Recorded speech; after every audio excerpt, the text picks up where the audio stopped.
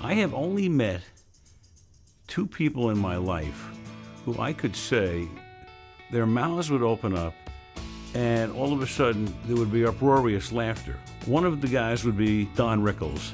The other is Bob Uecker. My first manager ever in baseball, Bertie Tebbetts, while playing in a game over at County Stadium, after my first game, told me that I should think about becoming a broadcaster. He's a comedic genius. I've never met anybody who can spontaneously come up with some of the bizarre things that Bob Uecker comes up with. 200 lifetime batting average in the major leagues, which tied me with another sports great averaging 200 or better for a 10-year period. Don Carter, one of our top bowlers. To make people laugh is a good thing. I used to get questions from my kids about, why do you do that? Why do you talk about yourself the way you do? I said, because it's funny and it makes people laugh. Bob Uecker's major league career began in 1956 when he signed with his hometown Milwaukee Braves. 6 years later, he made his big league debut with the team, but he wasn't exactly their best player. Could he hit? Well, I'm just glad I didn't take his advice.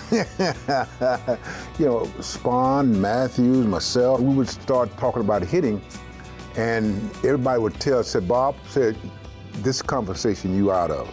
Leave it alone. Uecker's playing career surely wasn't memorable, but he still made an impact. Over his 6-year career, playing with 3 teams, it was his sense of humor that helped boost the ball club. I roomed with him in St. Louis, and from day one, he came in and was screamingly funny. I mean, screamingly funny. If the ball club was going bad, you know, he could say something and make everybody laugh and relax.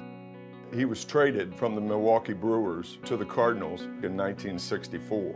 That was the year we won the pennant on the last day of the season.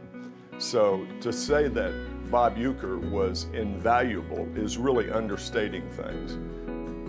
Bob Uecker was part of a world champion in St. Louis, but outside of that, the career numbers don't look that impressive. He finished his career with a 200 batting average and only 14 home runs. You know, he only hit 12 more home runs than I did. It wasn't until Uecker transitioned to the broadcast booth to take over play-by-play duties for the Brewers in 1971 when he found his niche. He's very funny on the air, but he is just an exceptionally good broadcaster. You really feel the game through him. Ball runs on Ogilvy. Can he get there? Yes, with a sliding catch, he's got it. I sat right next to him for 12 years. He's a great play-by-play man. Sets, here it is. Swing and a bouncer, double play ball. JJ second, relay, double play. Whoa, what a finish.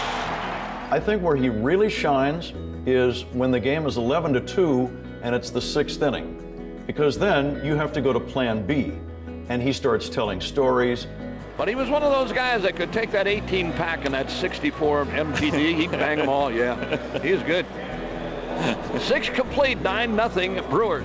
Our bullpen coach would come down to the bullpen, and he would always bring a radio, and we would always listen to the games in the bullpen. If you're getting beat 10-0, he can keep you entertained.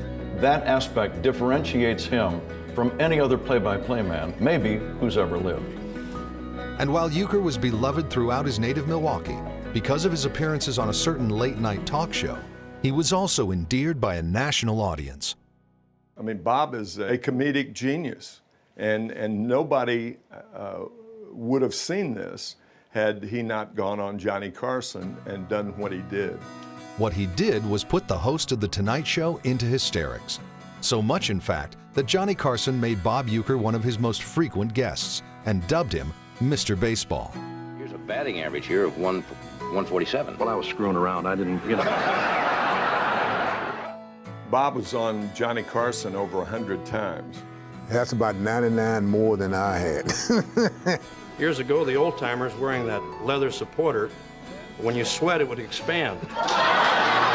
And I'm just so happy that Johnny Carson gave him a chance to be the Bob Uecker that we all know the Bob Uecker can be. As I've said before, when the word baseball is mentioned, I guess my name would automatically come to your mind. That's a tie. For somebody to be on as many times as Uecker was, it gave him a chance to market who he was and what he could do. And rest assured, they wouldn't have come to him with the movies and commercials and all of that if he hadn't been on The Tonight Show. You, Bob Uecker? Hey, how you doing? How these fans? I love them. Some ex-athletes are pretty good actors.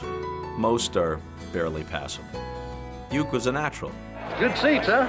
You're in the wrong seat, buddy. Come on. Oh, I must be in the front row. Good seats, hey, buddy. He missed the tag. He missed the tag. He missed the tag. He missed the tag. How can you not love that? He knew just what was necessary for these commercials. And besides commercials, Bob Uecker also guest hosted on Saturday Night Live, starred in TV shows like Mr. Belvedere, and was also featured in movies. Vaughn into the windup in his first offering. Just a bit outside. He tried the corner and missed. Despite becoming a TV and movie star, Bob Uecker never stopped calling baseball games. Whether it was for the Brewers or calling national games for both ABC and later NBC, Uecker never left the broadcast booth. And for his efforts, in 2003 he was awarded the Ford C. Frick Award by the Baseball Hall of Fame. And his induction speech still goes down as one of the most unforgettable ever heard in Cooperstown. I remember Gene Walk doing things to me at Philadelphia. I'd be sitting there and he'd say, grab a bat and stop this rally. He went in with no script. He did not have a single sheet of paper in front of him. My kids used to do things that aggravate me too. I'd take them to a game and they'd want to come home with a different player. I don't care how you go in to the Hall of Fame. To be able to do that and be amongst the guys that are in there, the broadcasters that are in there, I mean, that's pretty good. Thank you very much, everybody. Thank you. Though he was a Hall of Famer, a Hollywood star, and a household name, Bob Uecker always remained loyal to Milwaukee, and the city adored him for it. You could easily make a case that Bob Uecker is the most famous sports personality in the history of Wisconsin. When a man has two statues of himself, one outside the stadium and one inside the stadium, that gives you an idea of just how much Bob Uecker has meant to the city of Milwaukee. I can think of no place else that I would rather be as a player, as a broadcaster, or as a citizen than right here in Milwaukee or the state of Wisconsin. Thank you very much. Let's play ball. Thank you, everybody. Thank you very much.